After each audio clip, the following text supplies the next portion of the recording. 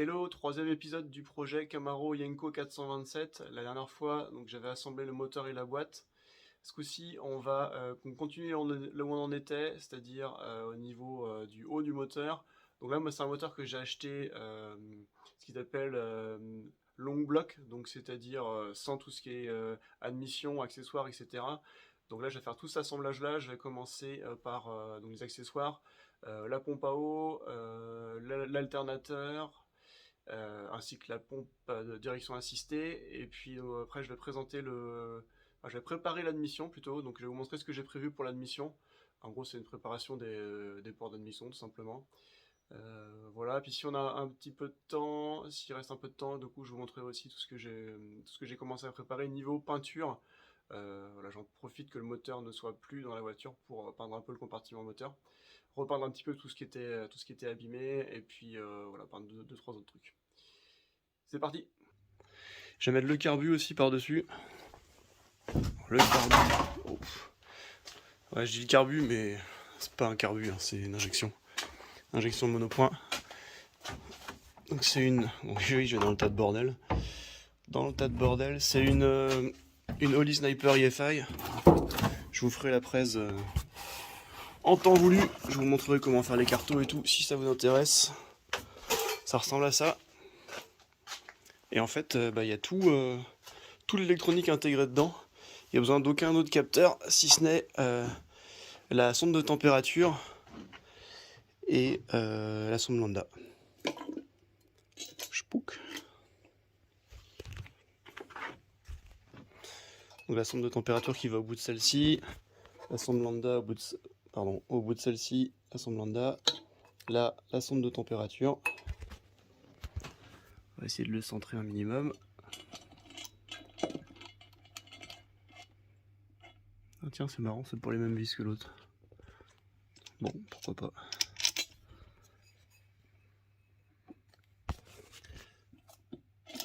Ouais, ça va faire un peu... ça va vous donner un peu envie de vomir tout ça. Hop. Pourquoi il y a deux rondelles, j'en sais rien.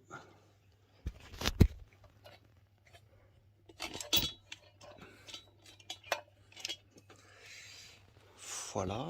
Hop, après, bon, évidemment, il faut ranger tous les fils derrière là, pour pas que ce soit dégueulasse.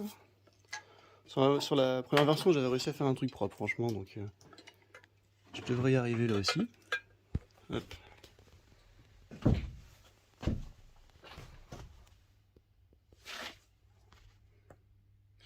Et si on rajoute le filtre à air,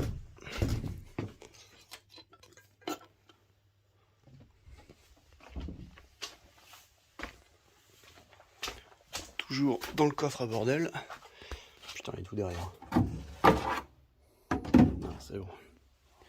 Le filtre à air, c'est un filtre à air rabaissé, hein. C'est peut-être ce qui va me permettre de réussir à fermer mon capot. Ce qui serait intéressant. C'est du Cayenne avec les filtres lavables. Lavable, mais qui n'a pas été lavé. Hein. Faudra s'occuper de ça. Alors, ce qui est tout le temps chaud là, voilà, c'est de réussir à le mettre dedans.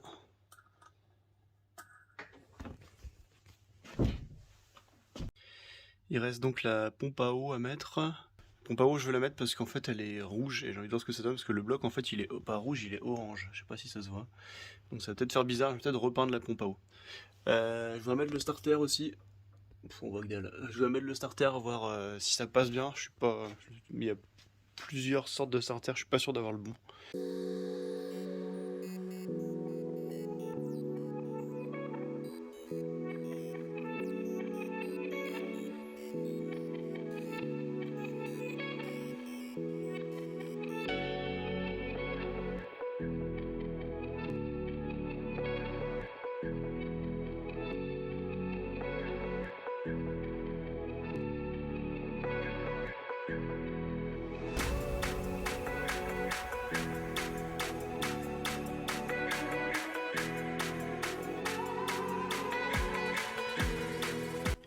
Je viens de monter à blanc les accessoires là, donc tout est rentré nickel comme prévu. Je préférais quand même tester maintenant pour pas avoir de mauvaise surprise une fois que c'est dans la voiture. De toute façon là-dessus il n'y a pas grand chose, hein. C'est vraiment rapide, donc j'ai mis la pompe à eau. Donc la pompe à eau, l'alternateur, la pompe de direction assistée, et puis point final. Voilà, il n'y a que ça là-dessus. Donc c'est du vite fait, tout passe bien, donc je vais pouvoir tout bien nettoyer. Je pense que je vais repeindre la pompe à eau, là on voit pas en vidéo, mais c'est pas la même couleur que le bloc, ça fait un peu bizarre. Et puis voilà, sinon on est nickel. Il me reste juste le démarreur là que je vais essayer de monter un peu plus tard. Faut que je relève le moteur parce que là l'emplacement du démarreur est bloqué par la palette. Voilà, donc ça donne ça avec tout de monté.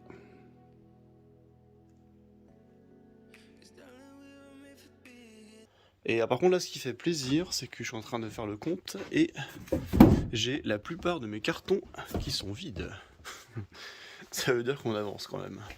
Là c'est vide, ici c'est vide, là-dedans c'est vide, en dessous c'est l'embrayage, là c'est vide. Il me reste plus que le contenu de celui-ci. Là j'ai pas mal de trucs, j'ai surtout des joints, on va dire. J'ai plein de joints, des joints de pompe à eau, des joints de style carbu là pour l'injection. Pareil là juste en dessous de l'injection, plein de merde. J'ai tout ce qui va être joint pour les caches culbus, pareil. Hein. Ils sont vraiment balèzes. Pour l'échappement. Et ceux qui me font peur, c'est pour l'admission, parce que j'ai pas trouvé la bonne taille pour l'admission, donc quand je vais les poser, à mon avis, je vais pleurer en me rendant compte qu'ils sont plus petits que mes portes d'admission. Et là, ça va être la merde. Il va falloir les retravailler un petit peu. Et puis voilà, donc sinon, il y a 2-3 trucs. Il y a des petits bouchons. Petits bouchons, c'est mignon. Hein. Et la touche finale. Quand j'en serai là, je serai content. Et merde. Le sigle 427.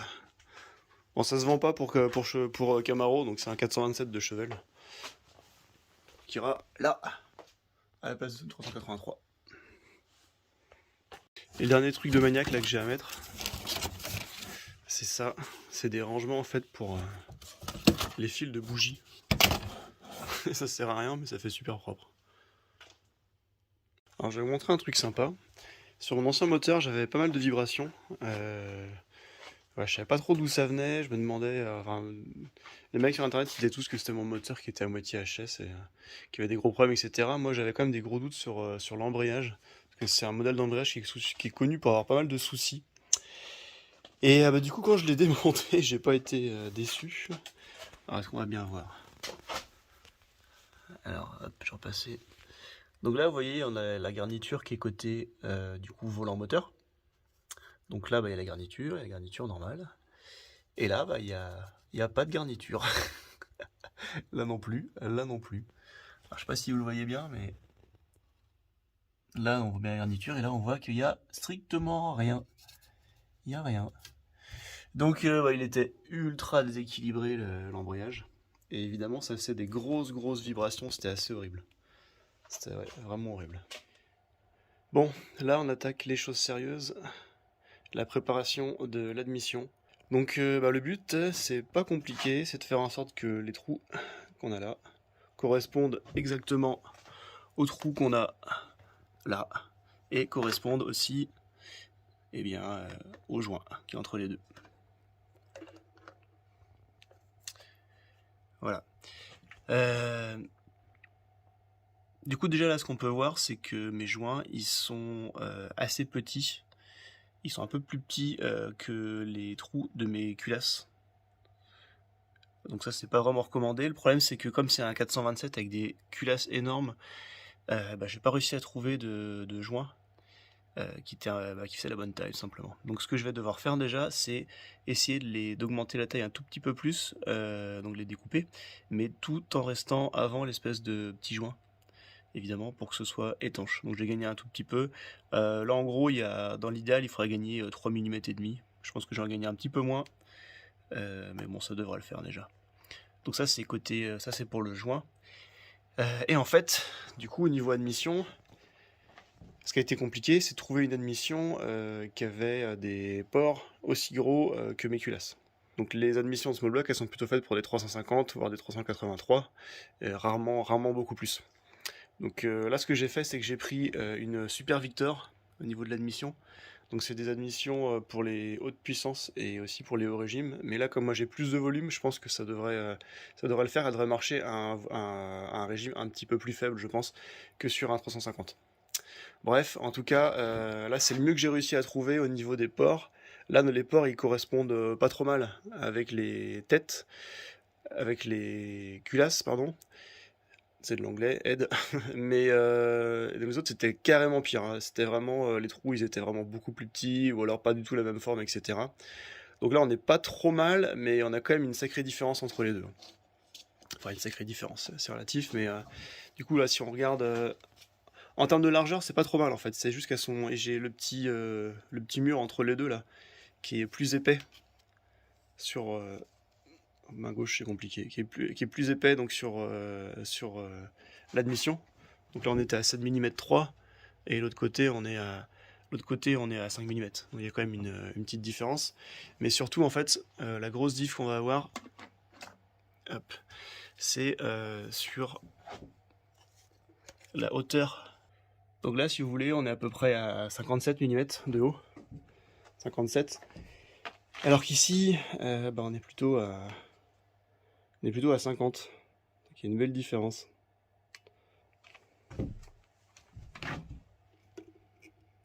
Voilà, ça donne ça en gros. Ça donne ça, donc on voit qu'il y a quand même une sacrée différence, hein. Il y a tout ça, ouf. Donc 57, ouais, 56, 55, 56, 57, à peu près quoi. Donc, ce que je vais devoir faire, c'est tout simplement agrandir la taille des trous au niveau de mon admission. Bon, faut pas se craquer quand même, mais on va essayer de faire au mieux.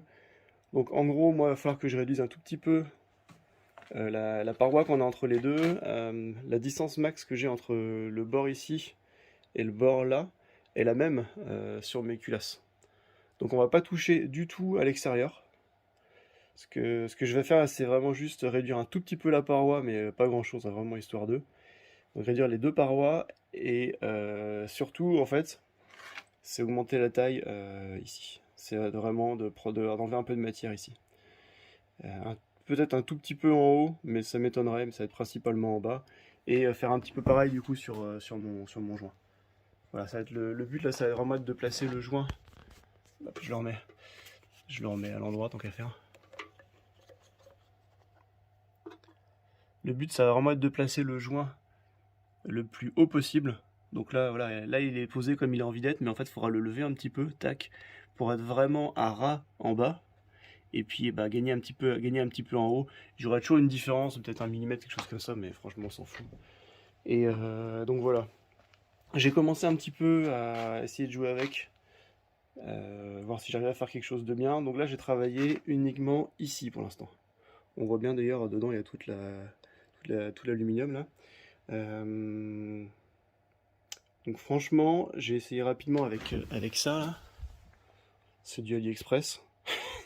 C'est des fraises AliExpress montées sur la Ryobi.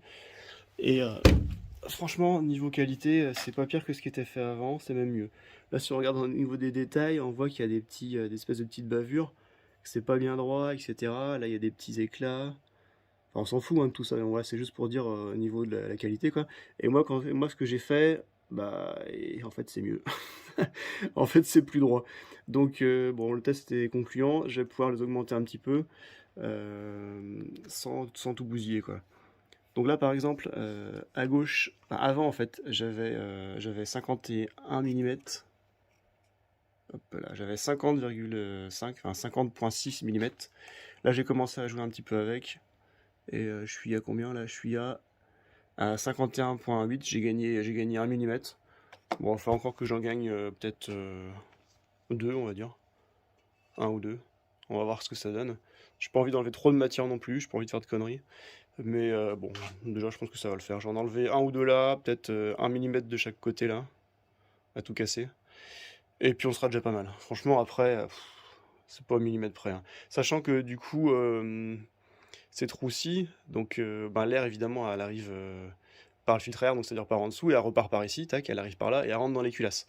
Et ce qui est embêtant, c'est quand ces trous-ci, ils sont plus grands, que les trous des culasses, parce que ça veut dire que l'air va arriver et va taper contre le mur, contre un mur en fait, contre vraiment les bords, sur les parois des culasses, et dans ce cas-là, bah, l'air elle est vraiment contrainte et elle n'arrive pas à rentrer. Tandis que là, l'air va rentrer facilement, c'est juste que c'est parce que les trous là sont plus petits que les trous des culasses, c'est juste que ça va faire des perturbations derrière. Ça va faire des perturbations, en gros, si vous voulez, juste derrière le joint, quoi. Donc franchement, on s'en fout un peu, quoi. Donc je vais faire un truc à peu près bien. Je sais que normalement, pour faire ça, faut avoir des outils de précision, etc. Mais franchement, ça va déjà être très très bien, je pense. Ça va être largement suffisant. Franchement, je pourrais aussi ne rien faire, hein. Si je sais rien, ça marcherait très bien aussi. Là, je vais juste essayer de gagner quelques petits chevaux gratos. Là, on est sur de l'Admo, hein. Donc sur de l'Admo, c'est quand même assez sensible au niveau de l'admission. Autant je vais pas me faire chier sur tout ce qui est port d'échappement. Là, j'ai vérifié, on est à peu près bon, mais je me serais pas fait chier dans tous les cas parce que l'air d'échappement, il est quand même repoussé par les pistons. Donc, bon, même s'il y a une petite contrainte, une petite pression, ça va pas changer grand-chose. Autant sur un Admo, faut quand même se faire chier un peu sur l'admission. Ce serait du turbo, on s'en foutrait quoi, parce que de toute façon, avec un turbo, on le gaverait et puis on pousserait l'air dedans, donc il y aurait aucun problème. Voilà, sur un Admo, c'est ce qui te fait gagner, surtout sur des gros moteurs comme ça qui sont pas bien alignés, pas bien, pas vraiment exploités à 100%, c'est ce qui peut faire gagner facilement des chevaux, quoi. Comme on est sur une base de 550 là, ne serait-ce que si tu gagnes 1% ou 2%, ça fait déjà quelques chevaux, quoi. Donc c'est 1%, ça fait quand même 5 chevaux, quoi. Donc 5 chevaux et demi. Donc si tu gagnes 2%, je sais pas, je pense que c'est l'ordre de grandeur, 1 ou 2%, bah, tu peux quand même réussir à gratter quasiment 10 chevaux, quoi. Ouais, et puis c'est gratos, quoi. Ça va me prendre un petit peu de temps, mais ça coûte rien, donc autant le faire maintenant. Au pire ça changera rien. Au mieux, bah, j'ai gagné quelques chevaux, quoi.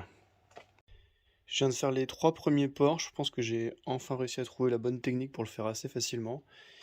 Du coup, celui de gauche est fait, celui de droite est pas fait. Donc on voit en bas, il y a une petite différence. Alors ça doit peut-être pas à la caméra, mais il y a 2 mm de différence quand même. Après, je vais pas pouvoir faire beaucoup plus parce que mon joint va plus passer. Alors si j'essaie de montrer là, on a un truc comme ça. Voilà, la différence c'est ça en gros, quoi. J'ai enlevé tout ce qu'il y a là.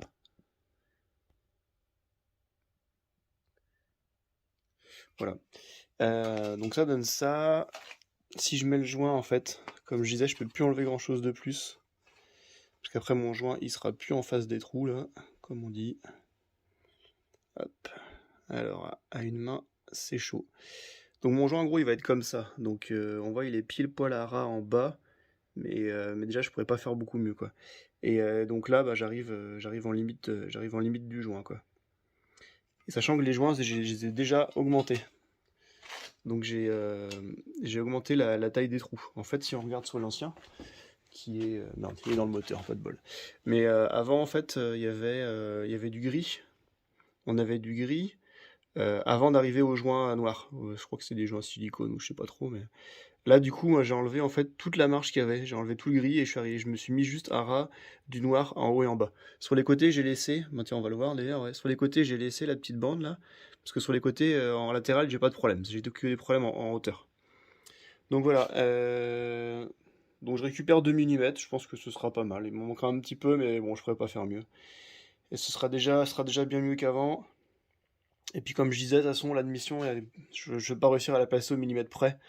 Donc, de toute façon, même si je fais un truc nickel, après en plaçant l'admission, ça va toujours décaler un petit peu. Donc, ben, je vais vous montrer comment j'ai fait. En gros, je commence avec ça. Hop. Donc, la Ryobi avec les fraises AliExpress là. Donc, je commence avec la grosse, je me mets en vitesse max à fond, quoi. Je dégrossis. Après, je change de fraise. Je prends plutôt celle-ci. Parce que celle-ci elle est arrondie au bout, donc ça me permet d'aller gratter un peu plus loin. Parce que quand je fais qu'avec la première, je me mets comme ça à ras, et du coup bah, ça creuse, mais bah, après ça me fait une petite marche. Donc là je viens enlever la marche en gros comme ça. Et puis en fait j'ai trouvé un truc super cool, donc, parce que quand je fais ça, ça fait quand même pas mal de marques. Et normalement après faut poncer un peu le truc, quoi. Mais moi j'ai ça, c'est une ponceuse à bande. Et en fait je viens directement poncer dedans. J'ai un poncé dedans comme ça. Et ça me fait un truc super smooth, quoi. Franchement, en fait, c'est mieux que d'origine. C'est comme c'est bien poncé, bah, y a pas c'est pas granuleux comme le casting d'origine en fait. Donc bah théoriquement c'est quand même beaucoup mieux que ce qu'il y avait avant. Donc voilà, et avec ce truc-là, bah, c'est quand même assez facile. Ça me prend les premiers, ça me prenait du temps. Et là j'ai fait le troisième, ça m'a pris peut-être 5 minutes. Donc bah là je vais vous montrer, genre on va passer en mode timelapse et puis je vais vous montrer sur le quatrième.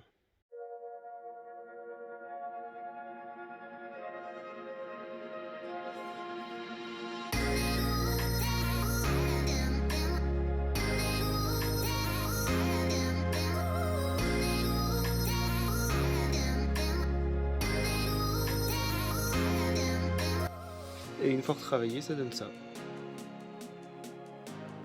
Bon, c'est tout lisse, hein. Nickel. Bon, voilà, premier côté terminé, ça m'a pris quand même 4 heures. Alors, juste poncer en fait les trous et les fraiser plutôt, ça prend 15-20 minutes, mais par contre, avec tous les calculs et tout, pour pas. Parce que c'est bien beau de creuser, mais il faut creuser au bon endroit, quoi. Là, ça m'a pris l'après-midi, quoi. C'est dans ces cas-là que t'aurais préféré acheter un 4 cylindres, quoi. Parce que là, moi, j'aurais fini. Avec le V8, bah, t'as le double de boulot, évidemment. Ouais, je continue ça demain. Bon, la prépa de l'admission s'arrête un peu brutalement. En fait, en regardant la doc de l'admission, je me suis rendu compte qu'entre le moment où je l'ai acheté et maintenant, ils préconisent un nouveau joint qui est beaucoup plus adapté à la taille des ports de l'admission. Donc ce que j'ai fait, c'est que j'ai commandé ce joint-là, donc je l'ai commandé sur Amazon.com. Et en fait, là, ça fait 3 semaines que j'attends, et là, il vient d'être retourné à l'envoyeur, à l'expéditeur. Donc il va jamais arriver en fait. Donc je laisse tomber pour la prépa de l'admission. Je le ferai plus tard quand on sera dans la voiture. Ça va être un peu plus compliqué, un peu moins accessible, mais bon, c'est pas grave. Et puis bon, du coup, je continue parce que bon, si j'attends ce jour-là encore 3 semaines, voilà, ça me fait prendre 3 semaines dans la vue pour pas grand-chose. Donc bon, on continue. Et au prochain épisode, du coup, voilà, je vais vous montrer tout ce qui est peinture, du compartiment moteur, donc le changement aussi des body bushing, donc c'est-à-dire des silent blocks de caisse, quoi. Et pour finir, du coup, bah, on va balancer le moteur dans la Camaro, l'ensemble moteur boîte. Allez, ciao!